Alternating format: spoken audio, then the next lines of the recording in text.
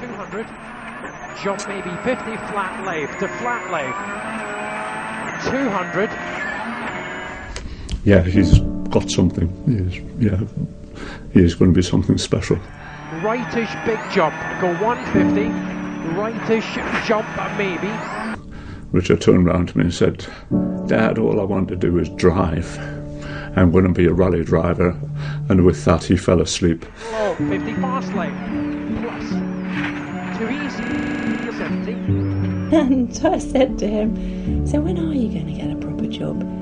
And he said, I think I'm going to make this my proper job. Right, and flat right in, to right max, 150, crest 30, flat leg. The moment when we crossed the line on the last stage to win the championship, Richard turned to me and he started screaming. He just went, "You're the best in the world."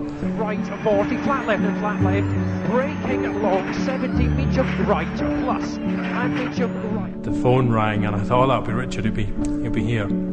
And it was Richard's trainer, and he said Richard's collapsed. My first reaction was, he's exhausted, there's all this pressure on him and it's getting too much. So I just dropped everything I was doing and jumped in the car and went up to the hospital to see what was going on. So we had the checks the next day, had a scan, and then we were called into a consulting room.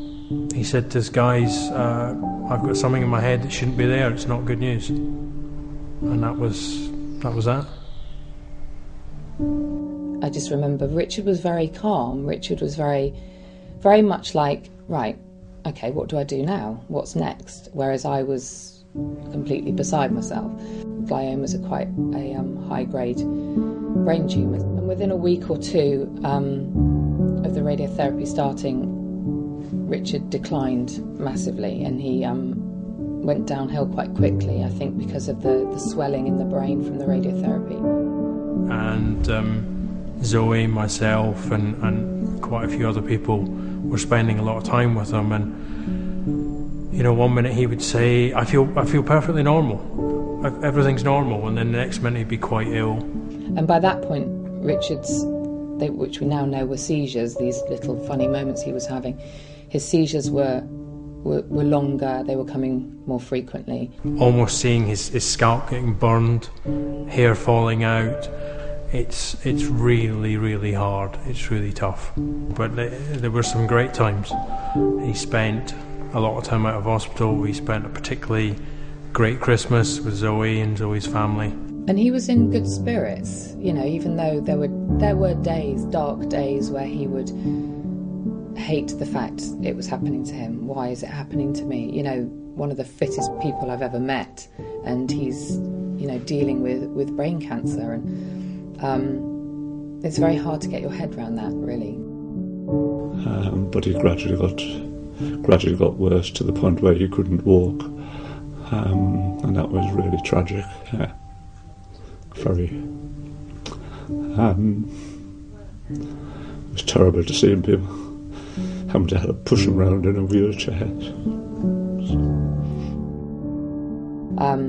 The tumour was just taking its hold, really, and it was spreading quite rapidly, and it had moved into the other side of his brain as well, so it was affecting memory massively, and he still knew who we all were, but he was deteriorating quite badly, and the last kind of 6 months, that's kind of all I remember really, is him deteriorating in that way, which is horrible, watching the person you love and the person you know who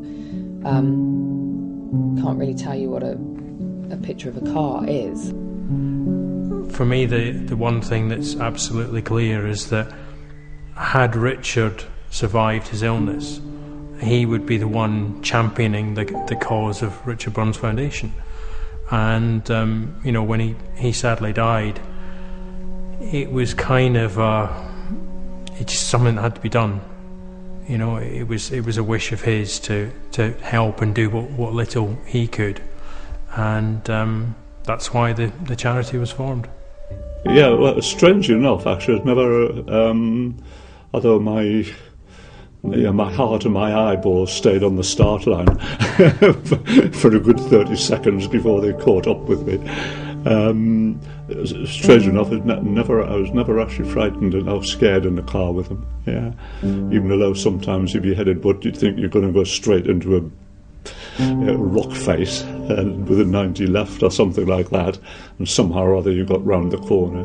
Even under those circumstances, he just seemed to have that total control of the car. But for me, I'll always remember Richard the rally driver, but more so Richard the person and everything he stood for.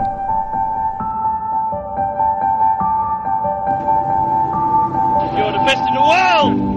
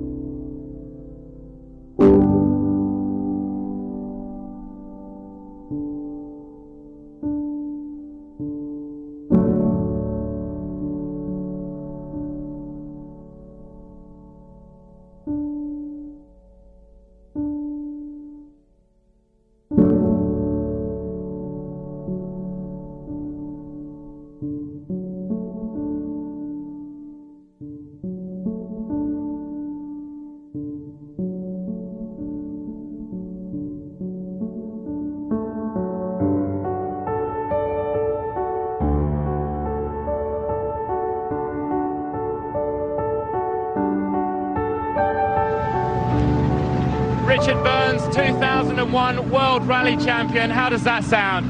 Sounds fantastic. Sounds fantastic.